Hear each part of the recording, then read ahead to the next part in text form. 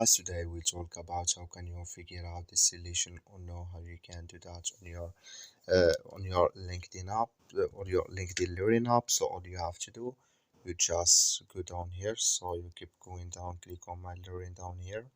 When you click on it, it's going to take you to this list. Then you click here on your name. So when you click here on your name, it's going to take you to your profile. So then all you have to do now, you just go above this sign, click on it.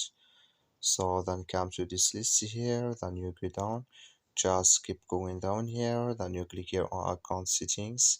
When you click on account settings, it's going to take you to this list. Just waiting to open with you here.